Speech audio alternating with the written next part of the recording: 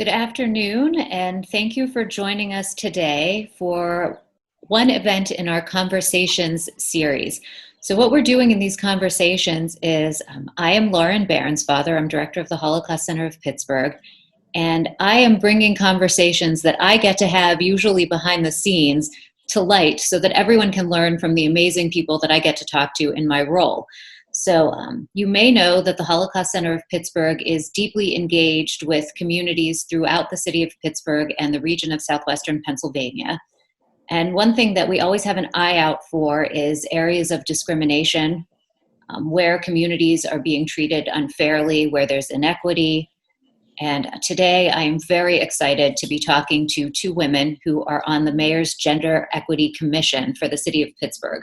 And I'm going to introduce them, and then we're going to talk about two reports that have come out from the commission, one in September of 2019 and one that was just released. And now we're at the end of June in 2020, just to put a timestamp on this. So I'll tell you about our guests. Jessie Ramey is the founding director of the Women's Institute at Chatham University and associate professor of Women's and Gender Studies. She's also the founding chair of Pittsburgh's Gender Equity Commission.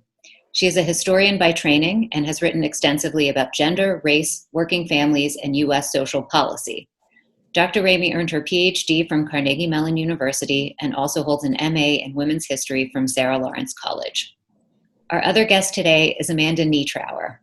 Amanda is currently the interim director of the Women's Leadership and Mentorship Program at Robert Morris University, where she supports and promotes mentorship and leadership programming to advance opportunities for women students. Amanda was previously the Diversity and Inclusion Employment Coordinator for the City of Pittsburgh and continues that work independently as a diversity trainer and consultant. She served on the Lawrenceville Community Land Trust and Greater Pittsburgh Arts Council Learning and Research Committees, and the board of the Young Preservationists Association of Pittsburgh. Amanda is an alum of the Baltimore School for the Arts, Howard University, and the Accademia dell'Arte in Italy. Welcome, both of you. Thank you for being here. Oh, thanks for having us, Lauren. It's incredible to talk to you, and what a time to be doing it. So I'm going to go in reverse order with the most recent report of the Gender Equity Commission, but I fear I've gotten ahead of myself already. Can you tell us a little bit about the Gender Equity Commission and what you've been charged to do? Absolutely. Amanda, you want me to answer this one? Yeah, you can go ahead and I'll fill in if I need to. I think you got it though. The historian will speak to the history. How's that? Love it. So Pittsburgh's really lucky. We've got this Gender Equity Commission. We're only a couple of years old. We were formed by an ordinance that was passed after a grassroots, really community movement encouraged City Council to pass this legislation that enabled the founding of the Gender Equity Commission. And the reason that that is important is a couple of things. One is that the commission is really a conduit from the community to the city, and that's really one of our roles. So the fact that we came out of a grassroots movement is significant. And the other is that we are a part of a national movement of cities that are trying to do this gender equity work. We are all held together through CEDAW, which is the Convention to End All Forms of Discrimination Against Women. That's really an international treaty that was signed by almost every country except for the United States back in the 1970s. And it provides a human rights agenda for women and people of all genders. So this grassroots movement is really trying to get cities to do this work on a city basis. Pittsburgh is the only city that has intersectional written into its ordinance. So that might be something that we want to talk about a little bit today. And we were only the sixth city to become a CEDAW city. So that is a little bit of the history of where we came from. The Gender Equity Commission itself has 14 volunteer commissioners. We all live in or work in the city of Pittsburgh and come from a variety of backgrounds. And we are all really committed to gender equity from an intersectional perspective. Amanda, do you have anything to add? Yeah, I guess, no, I mean, Jessie did a great job with the history. Just to add to the makeup of the commission and to further expound on the idea of intersectionality, it's important to people to know that we really do come from different backgrounds, different areas, and also different levels of expertise.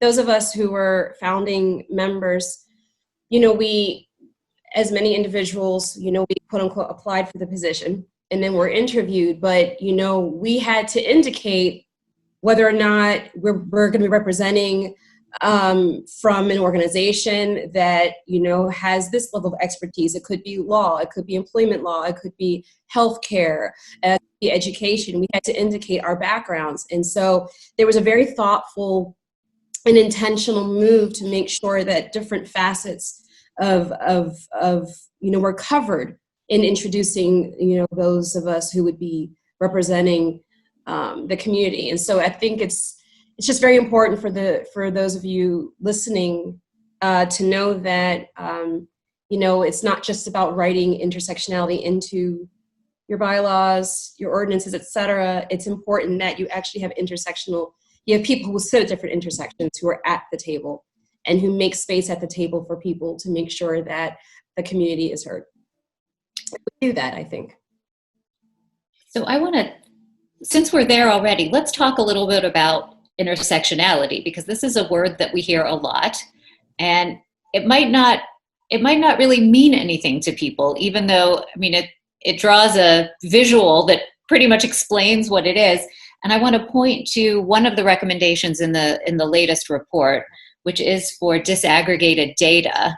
And I think this is really interesting, and it's also really technical. So maybe we can drill down a little bit to what it means to have a data set that is not disaggregated and how you introduce intersectional thinking into it. And I think if we approach it this way, it's going to shed some light on what we mean when we say intersectionality. Yeah. So maybe I'll go back to you, Amanda, and then Jessie.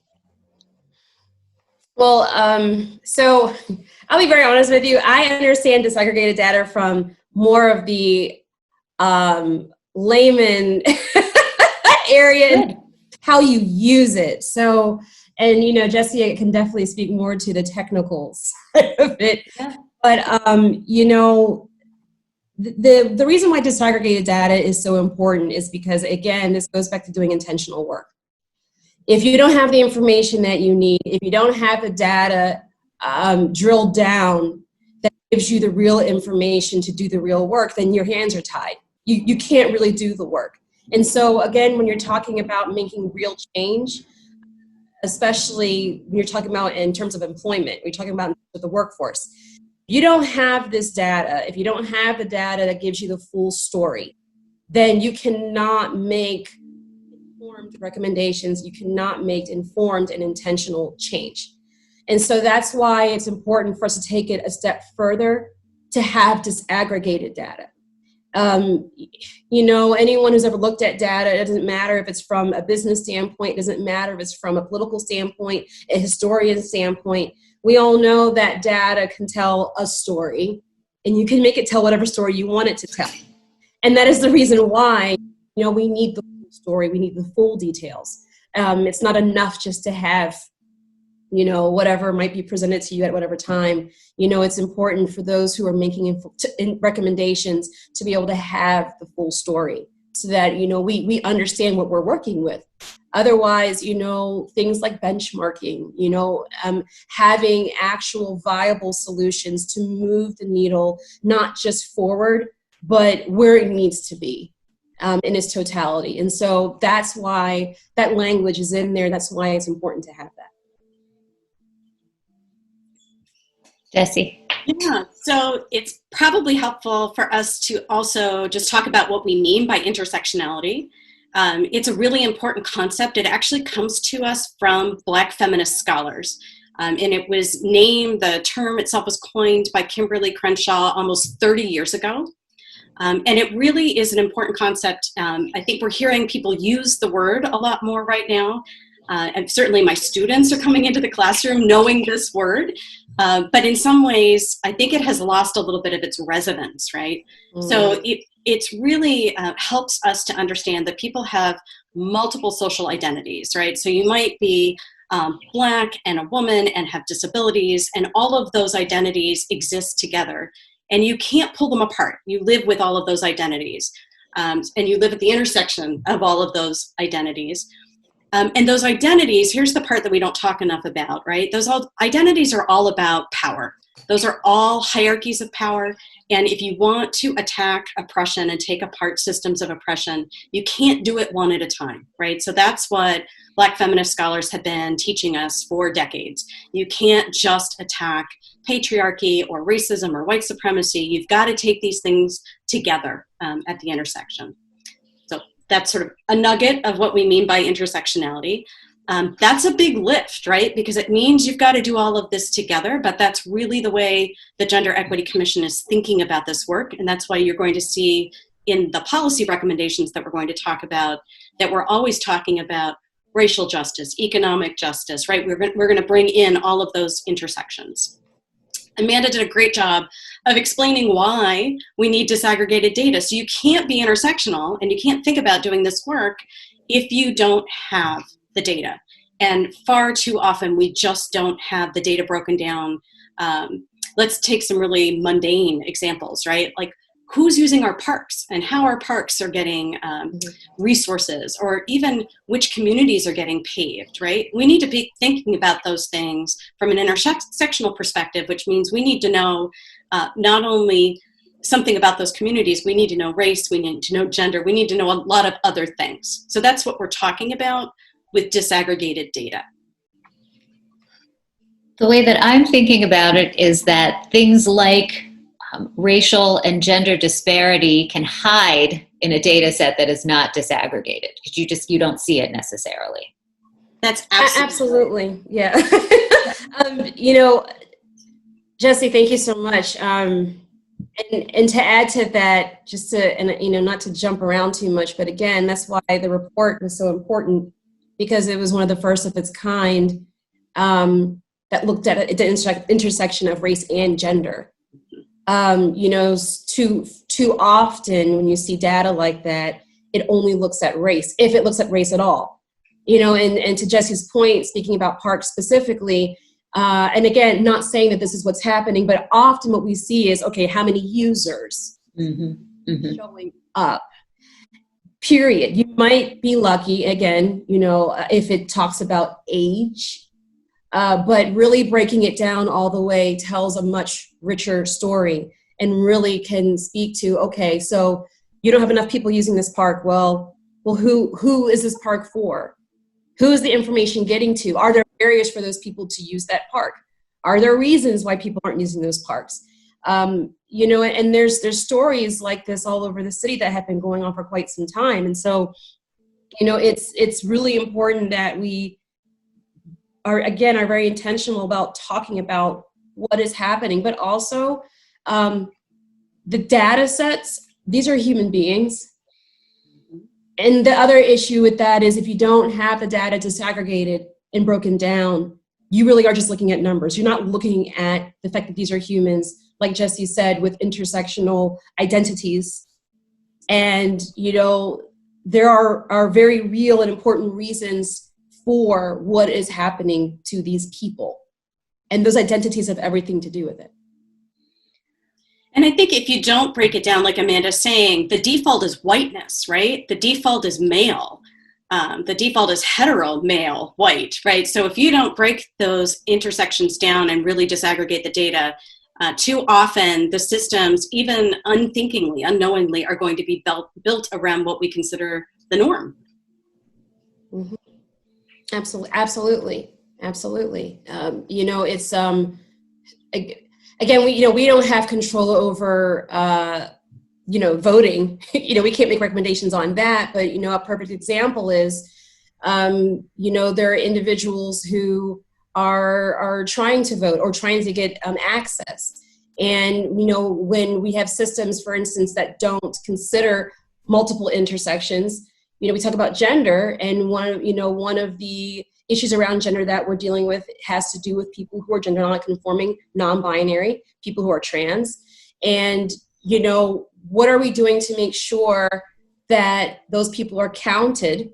And if there are systems that aren't in place to make sure those people are counted, what can we do while we're trying to get that information to, again, push not just move the narrative, but make it so that as we continue to get this data, we have enough data to, again, make change on behalf of those who have been underrepresented for so long.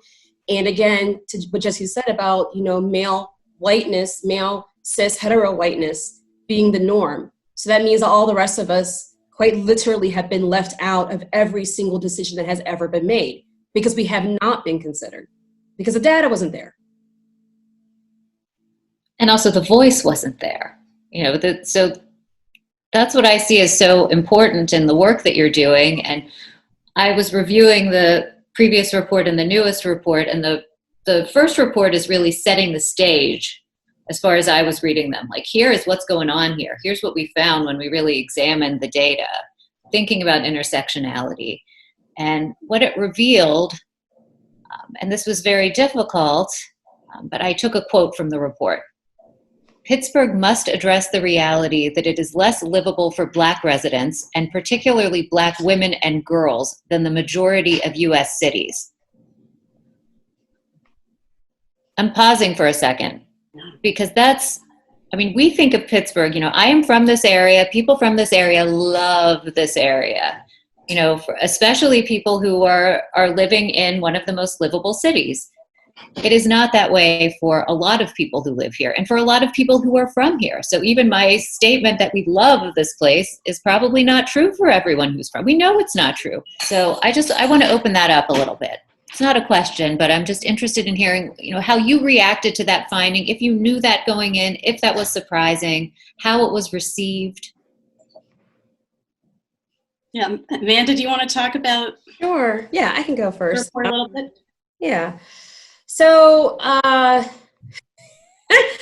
this question, or this line of questioning, it's an important question to ask, and it continues to. So for me, in doing this work, in doing equity work for as long as I've been doing it now, my stance has always been, I know this is happening. I know this is the reality, and people don't like to talk about it, deal with it. You have to have data so that you can hold it in front of people's faces and say, so this is not about me and my emotions. Again, a very gendered, sexist lens. Because women, we are hysterical and emotional, and we aren't rational creatures because, being female somehow. Anyway.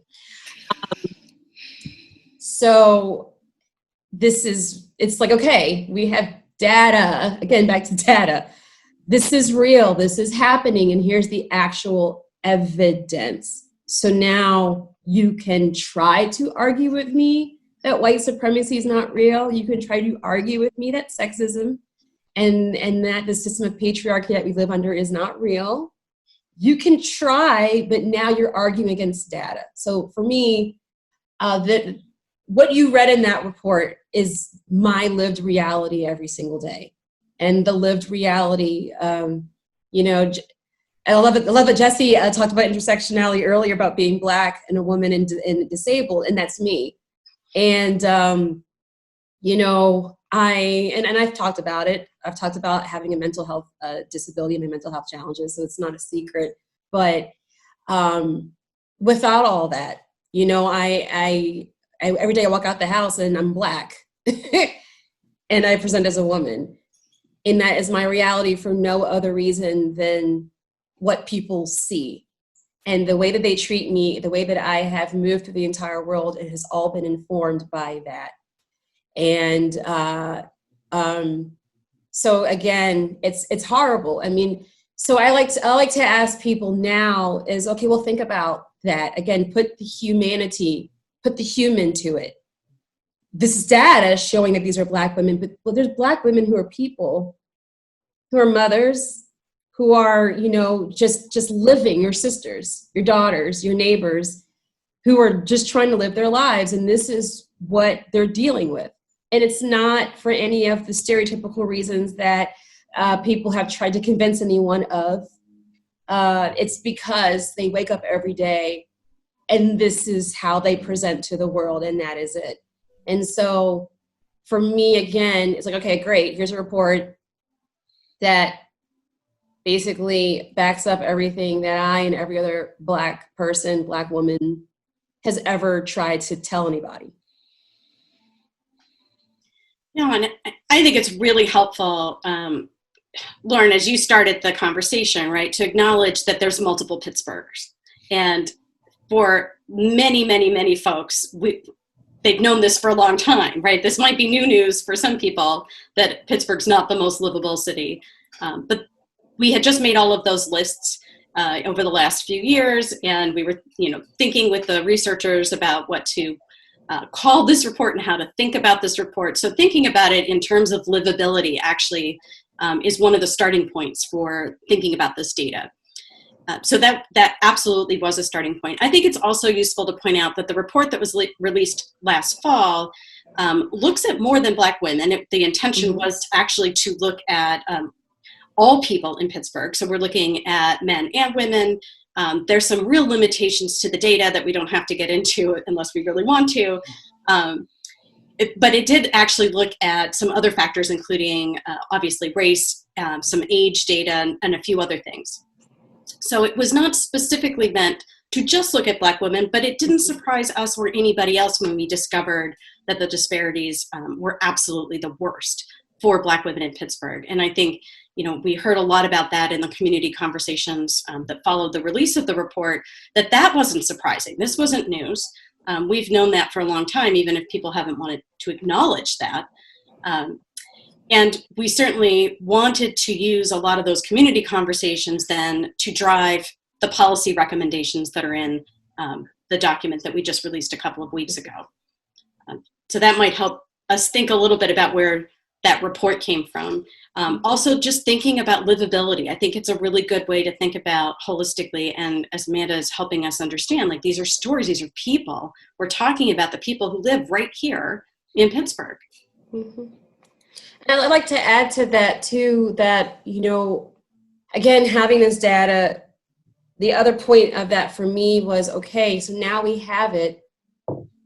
Hopefully, this will get people to do something. So you never want to get data just for the sake of having data, because then it's no use. Then what was the whole point?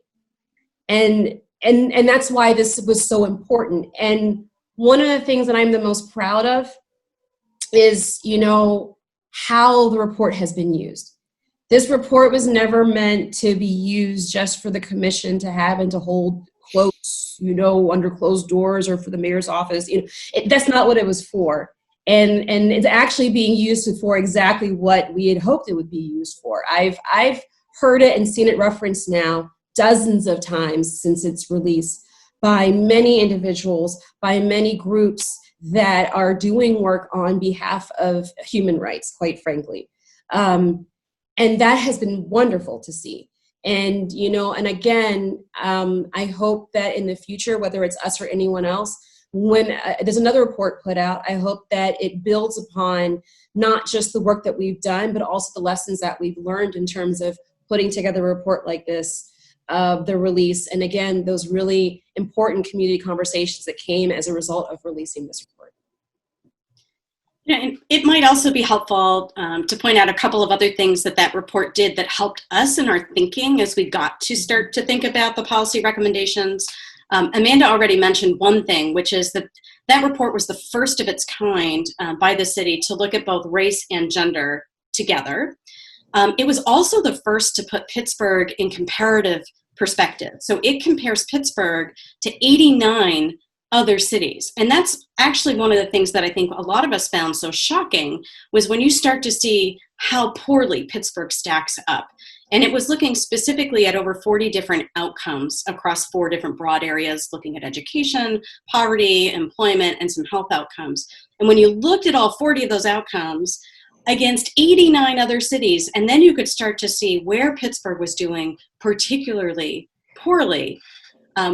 Not only is that shocking, but it actually did let us look at other cities that are doing well on some of those factors and think about, okay, well, where are other cities doing good policy work where we can start to get a sense of maybe some of those solutions? The very first thing that people asked us once that report was released was, well, what are you going to do about it?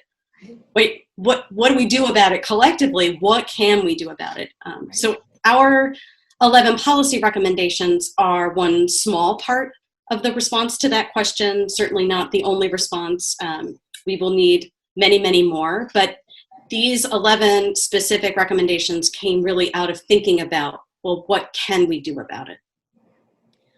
I want to just reflect for a second on some things that both of you have said, and one of them is talking about how the numbers represent people. This is an idea that should really resonate with the people who are involved with the Holocaust Center because they care about remembering the Holocaust, because we hear all the time 6 million Jewish victims. Mm-hmm. And we're saying all the time, each of the 6 million is a person, and each person has a story. And so this is a very important concept that I think transmits directly to what we're talking about now. So for the people who are, devotees of the Holocaust Center of Pittsburgh, this is how you can see what's happening here. And I mean, I don't think it should be that complicated, but yet it is. It is, and we're seeing that all the time. So I do want us to get to the new report and what those 11 recommendations are, but I think that this is also even a better time to reflect on another intersection where we're sitting right now, which is COVID-19 and more than a month of protests after the murder of George Floyd. So I'm thinking about that a lot, and we all are. And what I'm not seeing necessarily in responses to the protests is what we should see, and this is based on what you just said, Amanda, about we have the data, here it is. Like, no one is making this up. But I'm still seeing some resistance to understanding how embedded racism is in this country.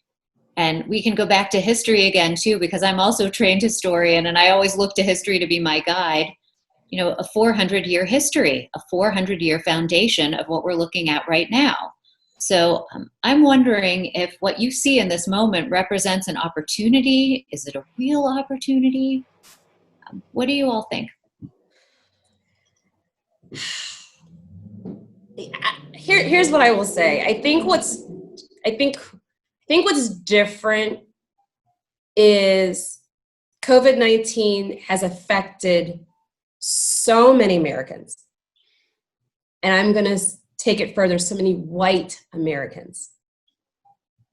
So there are so many white Americans who are upset, concerned, afraid, and are really understanding the impact that someone's actions can have on another person.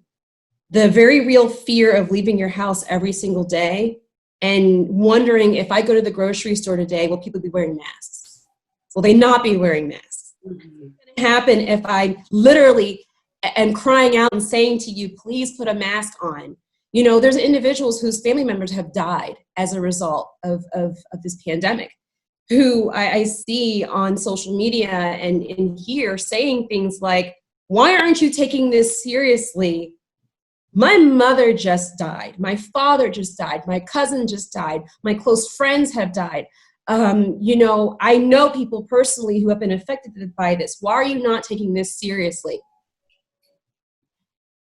And that's literally what Black people have been saying in America. Like, why don't you care? Because every day that I walk out of the house, I'm in danger. Because you're not doing what you need to do to protect my life, and you don't care enough about how what you do impacts me as a human being. Or you don't care enough about asking your family members to do what's right, to make sure that all of us are safe. And, and again, COVID-19 has really, not only are more Americans really, truly, deeply affected by what's happening, but again, the disparities of how this is affecting Black Americans continues to be so stark. The disproportionate numbers of people dying, the disproportionate numbers of people exposed. Again, looking at it through a gendered lens, how many women and women of color and Black women are working in sectors and have jobs that are essential, where they're constantly exposed to this. So here's what I say to that, just to answer your question. I do think this moment is different. And I think it's different because of how many Americans are experiencing this very real fear that, and again, it's not the pandemic, is about how are other people going to respond? Is my neighbor going to care about my life? And I think that because people, even individuals who weren't empathetic before, or quite frankly, because of their privilege, never had to care or pay attention to what's happening to other people, I think it's making them realize how human we all are. Again, I'm not in their heads, but that's the only thing that I can explain as to why this is the umpteenth Black person that has been murdered, but now is the time that people are responding. And I just hope that, I hope that the support that people are offering, I hope that the statements from some corporate entities go further than their Black Lives Matter statement. We'll see. But that's my opinion on it. I think, Amanda puts it so beautifully, right? That these things are tied together. The COVID-19 crisis and the racist violence that we are still experiencing 400 years later, right? These are not separate things. It makes an abundance of sense to the Gender Equity Commission to put these things together and deal with them together, because they're really part and parcel of the same thing. We've got a virus that we're all paying a lot of attention to in 2020, but as we say in the report, we've also got a 400-year-old virus of white supremacy. And if we are not going to untangle those things and deal with them together, we're not going to see change. And I want to just point out the title of the policy recommendation document, because I think that that's also a useful way of thinking about this moment. We call it Building an Equitable New Normal. So back in April, the commission actually hosted a town hall meeting around what we were seeing, particularly with the pandemic. We were looking at how the pandemic, as Amanda said, was just sort of splitting wide open all of these inequalities that were already existing. This was nothing new. It's just making them far more exaggerated. And we were talking with some community leaders. We had hundreds of people who attended that town hall. And we heard again and again, I think Lauren was a part of that event. And people kept telling us, we got to stop talking about getting back to normal. Normal didn't work for way too many. In fact, normal was killing people. Normal is harming too many people. So we were really intentional about talking about this as an opportunity to build an equitable new normal. And that's why we chose that as the title of the policy document. So I remember I was an attendee for that panel, and what left the strongest impression on me was the woman from Sisters PGH who talked about the trans community and what's happening in the era of COVID with the transgendered population of Pittsburgh. And I made a note to myself before we started this conversation. Amanda has already mentioned this population. I don't want to leave that out because this is the community that is at the most risk of violence. Absolutely. And a different set of challenges, which you do mention in the report, especially healthcare. But I want to make sure that we have space for that, because this is so important. Absolutely. That was absolutely. Thomas. Yeah. And we can't speak to the specific experience, but what we can say is in recognizing that everything we just talked about, as you just said, for our trans neighbors, brothers and sisters, for the trans people, the community, everything that you talked about, every intersection is just expounded upon. And, again, the Black trans women that have lost their lives,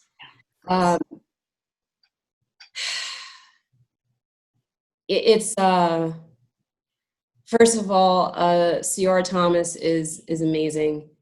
And what Sisters PGH and now Brothers PGH, in addition to that, it's, again, speaking to the momentum when we talk about Black Lives Matter, but also we talk about, things like Pride Month, but whatever month it is, it's so important that we recognize and remember our trans community, that, we can't say, well, this work is good enough for the rest of us, but we won't talk about them. No, they are part of our community. And again, again, speaking specifically as a Black woman, for me, it's extremely important that I make sure that I can support and give space when I can to my Black trans sisters, but, you know, really everybody. And this is why, again, I'm so grateful to the Holocaust Center for having this conversation, because anybody that does work on behalf of other humans, anyone that does any kind of human rights work has to do it on behalf of everybody. Yeah. You have to. You have to, because again, this speaks to the core of intersectionality. If you truly care about equity, you're doing it for everyone. And we talk a lot about the most marginalized of those in our communities, because if we do work on behalf of them, it does actually help everyone. When we make sure we're taking care of those who are most vulnerable, we're actually taking care of everyone.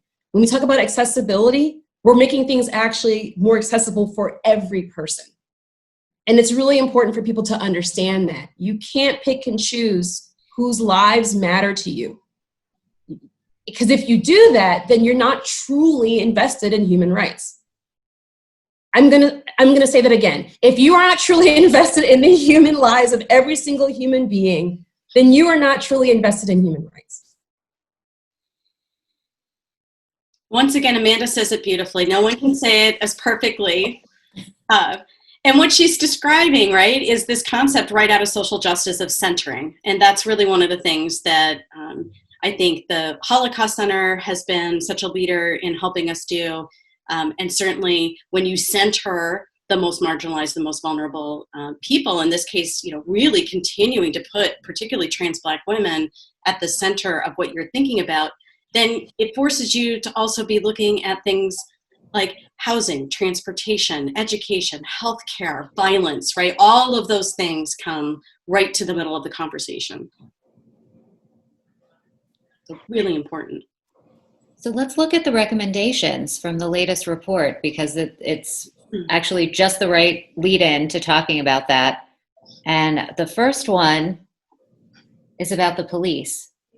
So you make a call to address police violence. And I said at the very beginning that the language you use is divest and reinvest, which gives us an opportunity to think about defund the police, which is language that I don't think is clearly understood by a lot of people who think that defund the police means abolish the police.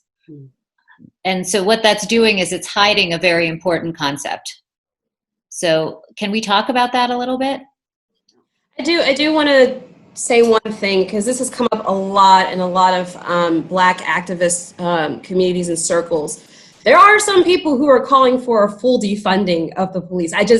So I think it's important to say that there are some individuals who are calling for that, who actually get upset because they feel that, you know, other versions or iterations of it have appropriated their phrasing. And so we do have a version, and we could talk more about why we went that way. But I just want to put out there that there are some people who are explicitly mean to get rid of the police force. Full abolition, like abolition. Exactly, because of the history of how it was founded. And there's an argument that, well, how can you fix a system and institution that was founded on, you know, literally kidnapping and enslaving or re-enslaving Black people? So I want to put that out there, that there are some people who do have that vein of thought. But, you know, what we're presenting, you know, is a little different, but there are people who do feel that way. And I want to give full disclosure. Holocaust Center of Pittsburgh works with City of Pittsburgh Police, and we have a very productive relationship where we do training about the role of police during the Holocaust. So you can see how police got pulled into this anti-Semitic policing, and eventually over time became perpetrators of genocide. And because of our really productive and meaningful relationship with the police, I'm also sensitive to how our partners in the police will respond to this. So I wanted to say that in the interest of full disclosure. Thank you. Well, let's talk specifically about that divest and reinvest, because I think one of the things that's really important to remember when you're talking about anything around budgets is that budgets are priorities, right? Budgets reflect our priorities as a people. And when it comes time for talking about budgets, we should be thinking about how we want to maybe rebalance the city budget. So what we're specifically talking about with this language is, let's take a look at what our priorities are. Let's think about where we want to divest our resources and where we want to invest our resources. And if we're not investing our resources around the most marginalized people, the most vulnerable people, and if we are not dismantling white supremacy with those dollars, with our resources, then what are we doing, right? So that's really the point here, is to be thinking about that. It's also worth noting that the resources that we have put into the Bureau of Police have grown quite a bit in recent years. There are a variety of reasons for that. And over the last 25, 30 years, lots of police departments in the US, including Pittsburgh, have really invested in things like militarized vehicles and all kinds of sort of Army surplus, military grade equipment. So one of the things we're calling for here is a divestment of that equipment. Do we need that equipment? Is that how we really want to keep people safe? And we're, of course, also talking about what we really want for our city, right? Social workers, nurses, counselors, people who can help in a crisis, educators. Those aren't necessarily jobs that our police officers are trained to do, but they're being called upon to do that work all the time. So that's another piece of what you will see in that recommendation is, can we shift the culture of policing to more of a guardian culture and shift into funding things that will really de-escalate violence and intervene in the community where we really need resources. What has the response been to that? Has there been a response? I think, honestly, I think that people are still reading it. What I can say about the response is a lot of people are asking about it. That's good. I think that the response has been more of people are learning about it. They're seeing it. Most of the questions that I have been asked have been around that number one policy recommendation around the police. I also do want to point out, I am very proud of the language that's in that recommendation. And again, even talking about policing and what it means to police people, that's not what we want. If you're invested in making people feel safe, you don't police them. Again, you're supposed to be keeping us safe from potential harm or harm, but when you're policing individuals and policing groups, and so looking at some of the language that was very intentionally used in that policy recommendation, that's really important. And I try to, again, help people to understand, as we've talked about so many times already, every single recommendation in this document is so important. The first recommendation is there because of what is happening right now. And again, we are not working in a bubble. We are aware of how this will and could potentially impact the citizens. And so it shows the urgency of getting to a point where Black and brown people are no longer criminalized and policed. And we still need equitable practices and employment. We need all of it. We need all of it. So, and again, yes, there are certain crises that face us, but we don't get to pick and choose which discriminatory practice we want to deal with today. We have to deal with all of it. Yes, and I'm guilty of jumping in at number one and taking us all over that recommendation, but it struck me, and of course it is of the moment, because this is, the murder of George Floyd has brought all of this to the streets for more than a month now. And Absolutely. So let's go through the others, and then I want to have a little time at the end to be sure that if I've left anything out, you can refer to it. One thing that we'll be sure to do is link to the two reports so that people who are interacting with this interview can refer to what we're talking about. And that's one thing we absolutely want to do. And anything else that you want to share. I was just watching a TED Talk about intersectionality. I think we'll put that up too. Just really give people the resources that they need for anyone who wants to do more research, because we really like to do that. So, okay. So the second recommendation is about disaggregated data, and we've gone through that. So I'm going to go on to the third recommendation, if that's okay with the two of you. Is that all right? I'm happy to walk through them, I think. And some of them group together, so we could probably group. Yeah. And if I may quickly, just please. Again, and Jessie actually just mentioned it, they really are linked. And so again, you talk about policing, you talk about how the police interacts with the community. That has everything also to do with, analysis on expertise and analysis on budgeting decisions, response plans, and the expertise of teams. Well, if you have a police force that are actually experts in how their interactions support white supremacy and gender violence, and how they support violence against people with disabilities and people at those intersections. If people truly understood and we really were intentional about trying to make change, again, the budget response, all of that has everything to do with how these communities are interacting with the police, or vice versa, I should say. And that's the reason why I said it's all linked. And so I don't want to make it seem like I'm making light of number one. It's just that this is a whole document as we go through it, because everyone has everything to do with the other. So maybe rather than me reading off what each one is, we take them as they go together. How does that sound? And maybe Jessie, you could maybe lead us through that, and Amanda, of course, you too. Absolutely. Let's do it that way, because I think that really helps to understand what's going on here, to understand what the interplay is between the recommendations. Absolutely. And if folks are following along, if you have your hands on this document or you're reading it digitally, you can see what we're talking about. But it might make sense, since we've already talked a little bit about number 1 and 2, to talk about 3 and 4 together. These are a little bit related. We're talking about building gender expertise, as Amanda just said, into city processes. If we're going to have an emergency response plan, let's build intersectionality into those response plans and make sure that we have expertise in there.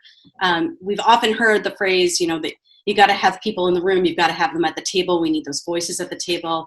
We've got to make sure people with that expertise and those perspectives are the ones who are making these decisions. And too often that intersectional gender equity expertise is just missing. So that's what number 3 is addressing. And number 4 is really about prioritizing resources.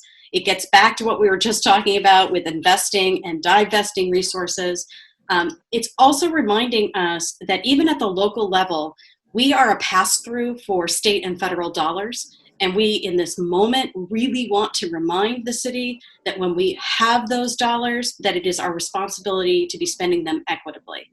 So that's really where number 4 came from, that we've got to prioritize the most vulnerable and marginalized people with those dollars. Okay. Did I leave anything out of 3 and 4 before we jump to employment stuff? All right. I think that's good. I'll go on to number 5. Amanda likes this one, I know, because she's an expert in pay equity. We've got a number here actually in a row, 5, 6, 7, several of these are around workforce equity. And Amanda's actually been doing just tremendous work on the commission, on a committee that's specifically working on workforce equity issues. We started that committee, by the way, back last year before we even released the report, because we knew that pay equity and workforce equity issues were going to be, it's economic justice. It's absolutely foundational to all of this stuff that we're talking about. So many of these sort of refer back to the work that Amanda's been involved in. So I can start us off, Amanda, and you're welcome to take it away. Perfect. But what I love about the way we've got this one worded on number 5, we really are urging the city to strengthen what it's already doing around the Rooney Rule. And I love this because it's so Pittsburgh, right? The Rooney Rule with results is what a large local movement has really been urging, not only the city, but corporations to really strengthen the Rooney Rule. The Rooney Rule, if you're not familiar with it, comes right out of the NFL, out of the Steelers, right? Mm-hmm. Was an equity hiring and promotion effort. And we're simply trying to use that and strengthen it, using also the other thing that excites me, some local scholarship that came right out of some really wonderful scholarship that was done by some Carnegie Mellon researchers, thinking about how we can actually operationalize that research and make it work. So we really want the city of Pittsburgh to model what this would look like if we were really using a strengthened Rooney Rule with results. Mm-hmm. Amanda, did you want to say anything else about hiring, promotion? Yeah, absolutely. So, again, it's really important to note, the phrase I like to use is when we do present a candidate who's quote unquote diverse or different from the other candidates presented, that person's othered. And it doesn't really matter if that's your intent or not, but they end up being the candidate that's different, and that's how they're considered. And unfortunately, that still has a huge impact on hiring, because then you have, and again, not everyone, but just one example is then you have individuals who are saying, okay, well, are we hiring them because they're the best, or are we hiring them because they're other and we're trying to check the box? We are still having that conversation around hiring and promotions, that whenever there's a different person, there's always still question around their credentials, despite the fact that if they didn't have the credentials, they wouldn't be in the room in the first place to be interviewed. So it's really important that as long as there's discrimination, as long as there is bias, we have to remove barriers. But it's not just about protecting that applicant. The more individuals that you're presenting who are qualified, and the better a company does or organization does with really trying to find individuals who are good at what they do, but we also know bringing that diverse perspective, the more intentional you are about that, that actually helps everyone, because you're giving a real chance to communities that have been underrepresented and, quite frankly, shut out for a very long time. But there is evidence that your organization will do better and can better serve. And a lot of individuals, when it comes to the city of Pittsburgh, they forget the city of Pittsburgh is one of the biggest employers in our region. There are about 3,500 or so employees in the city of Pittsburgh. And so,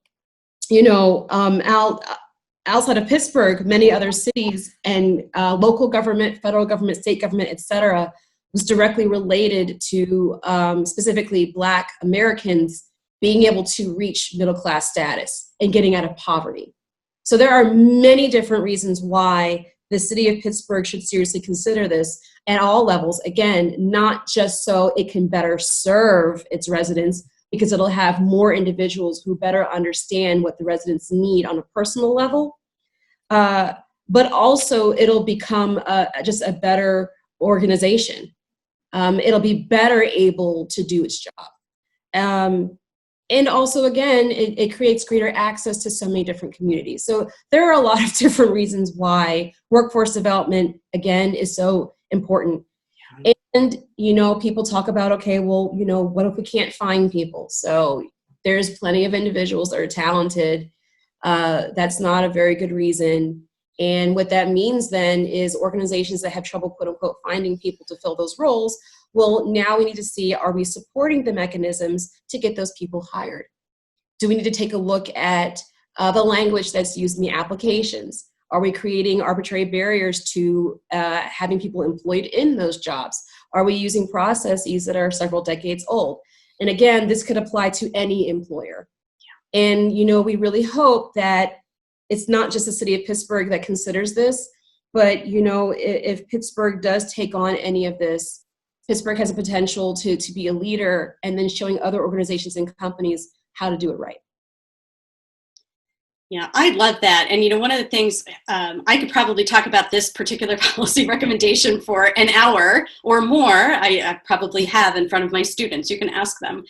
And it's so important. And there's a lot of detail in here. We don't have to break it down any further, but I just want to point out that lots of companies for years have been talking about wanting to do a better job, right, around diversity and hiring, promotions, the lack of diversity in the C-suite, on boards, all of those things, right?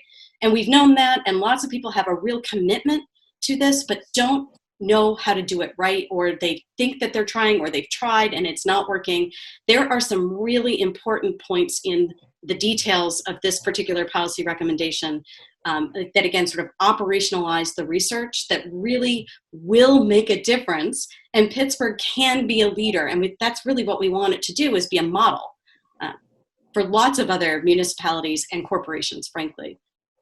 And it's similar to why we're promoting some of the other pieces around pay equity and pay transparency, because we really can model those. In fact, in some ways, we're already modeling those at the city level, and we'd like to get those rolled out to everybody in the city of Pittsburgh. So is it worth talking a little bit about pay transparency and banning prior salary?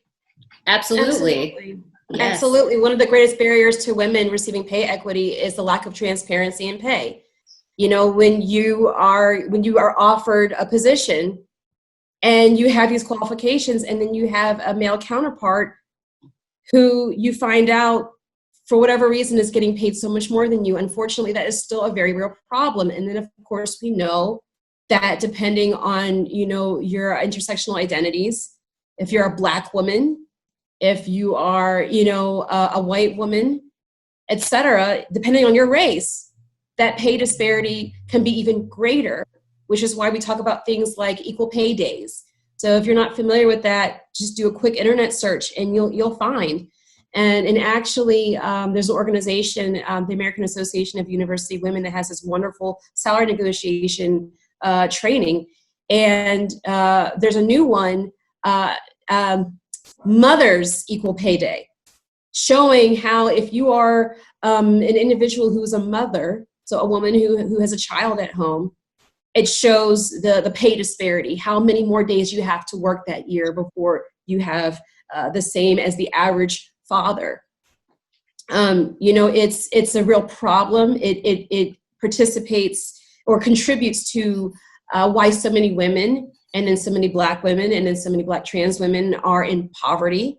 It contributes to why they can't retire. It contributes to why those families and their families continue to be impacted and are more likely to be in poverty. It contributes to, I tell people, and this is documented, Black women are actually the most educated group in the country as a whole. And yet, why is it that our equal pay day is the end of July? And that means that for the average white man who worked one full year from January 1st to December 31st of 2019, that I have to work until July to make literally what he made. And in fact, it's worse in Pittsburgh, right, Amanda? Because we did the math on the Gender Equity Commission, and knowing what we just discussed at the beginning of this hour, we discovered that Black women in Pittsburgh are actually not going to catch up until November. So correct. November really is what we probably should be thinking about around pay equity, if we really want to think about how to close that gap, right? So it's another entire year nearly. So you're talking about like a 50% practically. I know that's not exactly right. Yeah. Don't mind my math, but we're talking about women, Black women working another year to reach just to catch their male counterparts. White men from the year before. Which means that you never catch up. Yeah. Right. Right. And there's a lot of evidence that if we could simply have pay transparency, if you knew what everybody else was making in your company, if you knew what salaries were going in when you were negotiating a salary, there's a good bit of evidence that that alone would really substantially help to close the pay gap. Each of these things that we're talking about alone isn't going to do it. We're going to need to tackle this from a lot of different perspectives. But from a policy perspective, this is a really important one. And the companion that we're recommending here in number 6 is also to ban prior salary questions. So when you go into an interview and you get asked, what did you make in your prior job? Mm-hmm. It has a way of locking in the salary that you were making, which has a hugely disproportionate negative impact on women and people of color. So if we can ban that, as the city of Pittsburgh has done, but we would like to do that for all job seekers in the city of Pittsburgh, that could have a really big impact on pay equity. Absolutely. Your value should not be tied to the fact that you were discriminated against your entire career. You know, that should not be the determining factor of what you're offered when somebody wants to bring you on. And yes, we need to make sure that people are able to advocate for themselves. And it's important that employers are also not putting up roadblocks to people getting pay equity. And then, of course, once you're hired, we want to be thinking about some of the things that protect our workers, right? And particularly because women and Black women and trans women, right? All of our communities that sort of feel the most impact of disproportionate policies are the people that would really benefit from paid sick leave, paid safe leave. So that's specifically why we've got some recommendations in here around those two things.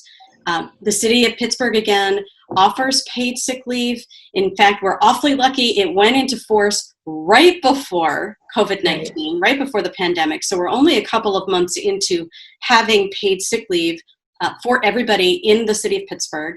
It took a number of years for that to work its way through the court. City council actually passed a piece of legislation. It was challenged by restaurant owners, and took a couple of years for that to take effect. So we've just had this law, but we do think there are a couple of things that we could do to strengthen this particular piece of legislation. So that's what we're talking about in the recommendation. And we're very lucky that our colleagues at County Council have also just recommended a county-wide paid sick leave. So what we're recommending here is that the city code match the county code, so that we've got some mirroring going on there. But we are very grateful that the city of Pittsburgh has paid sick leave. That's terrific. Let's just make sure that we pause and think about how we can make it a little bit stronger for everybody. And then, of course, paid safe leave, another thing that's offered to the people who work for the city of Pittsburgh, for those 3,500 people who work for Pittsburgh. But we should really be thinking about making sure that anybody who works in the city of Pittsburgh, for any company that's in the city of Pittsburgh, that we have paid safe leave. And that's really fairly simply just allowing people who are experiencing intimate partner violence or domestic violence, other forms of gender-based violence, to have the time they need to get safe, to get their kids safe, to go to court if they need to get a PFA, any number of things. So there's a lot of really important pieces of that legislation that we would like to see extended to everybody in Pittsburgh. And again, to add to that, this is another area where, again, people with disabilities, people with family members with disabilities, you know, again, if you don't have the strength behind legislation that guarantees your protection to take care of yourself, to take care of your family, and again, the very gendered lens, women are more likely to be caregivers. So again, women are disproportionately affected when someone is sick, whether it's themselves or a family member. They are the ones who are disproportionately caregivers. And so we have to make sure that we are not forcing people to choose between their own health and the health of those that they're charged with caring for. That has nothing to do with your value and what you offer to your employer. You should be allowed to take care of yourself and to take care of those you're charged with caring for without fear of retribution or of losing your job or of not having the funds you need to pay the bills to take care of yourself. I feel like we practiced this, Amanda, because that is such a perfect segue right into the next thing that we recommended. We're going to have to remember this, you know, when we talk about this with other folks. But, you know, number 9, we talk about expanding access to childcare, which, again, just exactly what Amanda just said. Women bear the disproportionate burden of childcare and other caregiving responsibilities in our culture. And sadly, in the United States, we have no federal protections or forms of childcare really offered beyond the Head Start program, which cannot possibly meet all of the need that we have in this country. We've got a privatized system of childcare, and it is not up to the task. If COVID-19 showed us anything, It's that parents are just not going to be able to work and take care of school age and young children. We are going to have to use this moment to really get serious about childcare in this country. No ifs, ands, or buts. We really can't have an equitable society without it. And let's also, I mean, again, and this isn't necessarily embedded in here, but in talking about COVID, because we have a privatized system of childcare, it's up to the daycare centers to figure out how they're supposed to navigate a pandemic. So for the parents who can even afford childcare, it's not affordable. The level of care that they're given is completely dependent upon that center. And so now we're talking about how we need even more protections because it's a pandemic, and these are children. And, you know, I don't know, for anyone who has ever been around a 5-year-old for even 5 seconds, we're talking about now having 5-year-olds in a center where we're supposed to make social distance them and we're anyway, that's a whole other thing. But it's a real problem. And I'm someone who's currently navigating that right now. I'm one of the very fortunate few who found a center where they're excellent and affordable, and the wait list is ridiculous. And again, people are choosing between which bill to pay and whether or not I can work and do my actual job, because I don't have access to not just affordable childcare, but childcare that I actually feel safe sending my child to. We're forcing people to choose between going to work and putting their child in a situation that is potentially unsafe. And pre-COVID, that was a problem. So if we make it accessible for everyone, then even the centers themselves have the ability to even become even more accessible. And that's the reason why, again, all of these policy recommendations are a first step in making entire systems more equitable and better to serve people. Yeah, and one point that you make in the report toward the beginning, it might even be in the screen that pops up with the introduction, that COVID is really shining a light on a lot of these problems that pre-existed COVID. And now, I mean, we really see it, and it's completely unavoidable now. So that brings us to that, well, what are you going to do question? You know, like now we can see it. And now in your report, you document it. So there is no denying that this is happening. So you know, it leaves us in this place where we can make a choice to do something. And here are 11 very well-researched and thought-out recommendations for places to start. Absolutely. You know, Number 10 provides that, right? I mean, again, that's just one step, but support local women-owned businesses, support local, you know, Black women-owned businesses, support, you know, local Indigenous women-owned businesses, support local disabled women-owned businesses. That's certainly a start. I mean, and that's something that doesn't need legislation.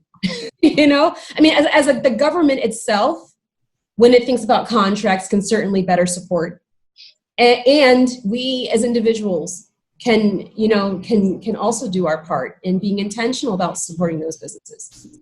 Yeah. And so many of those businesses are childcare businesses, right? So tie these things together. You know, some of the really specific recommendations we have in here are about, just as Amanda was describing, improving quality. So how do you improve quality, and how do you support workers who are caregivers? Because again, so many of those people are disproportionately women. So, you know, very specific language in here around how do you support, how could we think really creatively? You know, could we eliminate student loan debt for those who go into these caregiving roles? Specifically childcare providers. How can we support these small businesses, by the way, many of which are owned by Black women in our community, that provide childcare, right? So this stuff all fits absolutely hand in glove together. And we've got other suggestions here.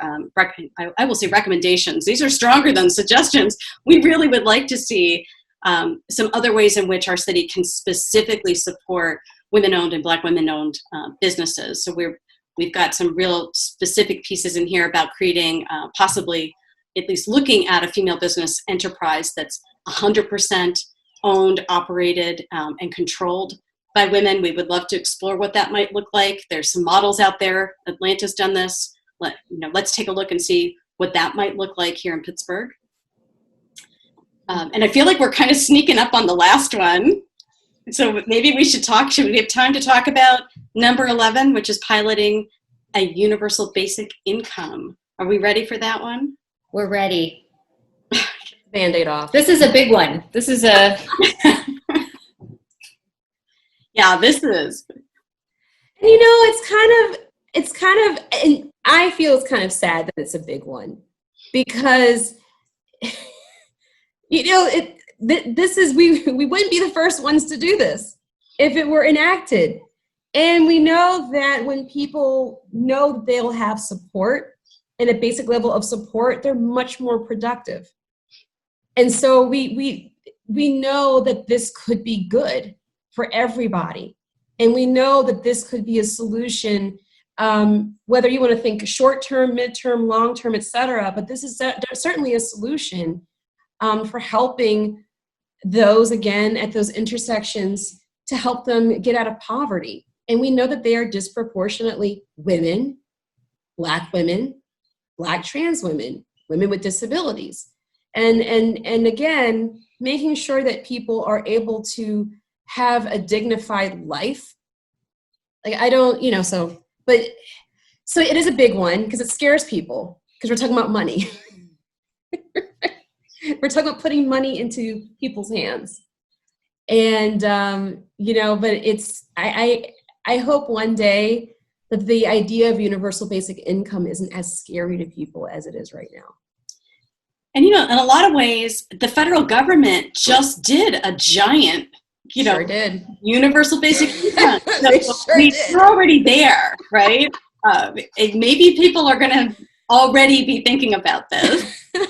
I certainly was while Amanda was talking. It's kind of shocking, but we're there, right? And so this recommendation, obviously we're recommending a pilot. So we're right. suggesting that the city pilot a universal basic income program. This has, as Amanda said, it's already been tried in other cities. We would very much like Pittsburgh to be a leader, to bring that model here. There are some folks out in the community who've been thinking about this for some time, and it's really an idea whose time has come. It is a resource question. Everybody always asks, well, how are we going to pay for that? How can we not pay for it? We are literally reaping the unjust reward of not having a just society. So we are literally paying for not having any kind of economic justice in this country. So universal basic income, certainly it's an idea whose time has come. We've got some suggestions here for how we might do that and why we might want to really think about rolling that out.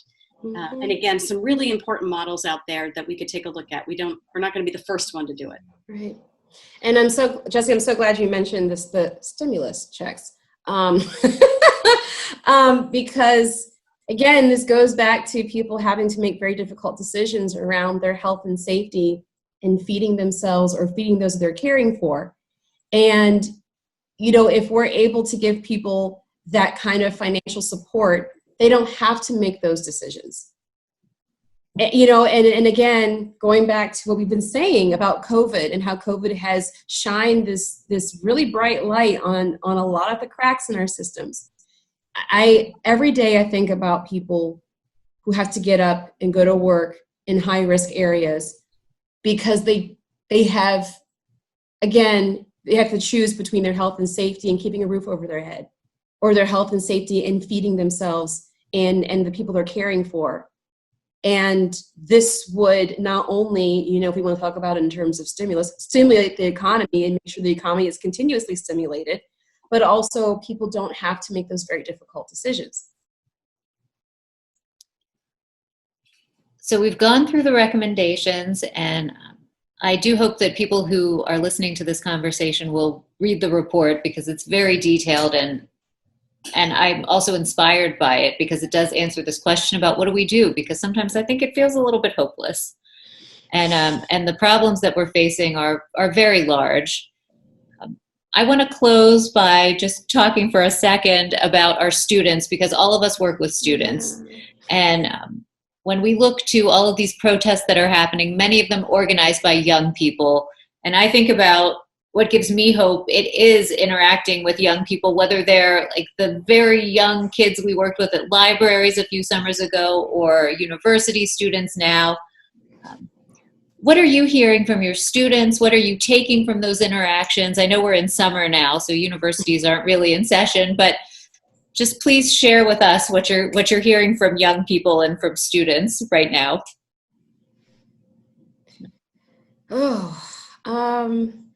So here's what I will say about the students in the Women's Leadership and Mentorship Program, or as we lovingly call it, WLMP.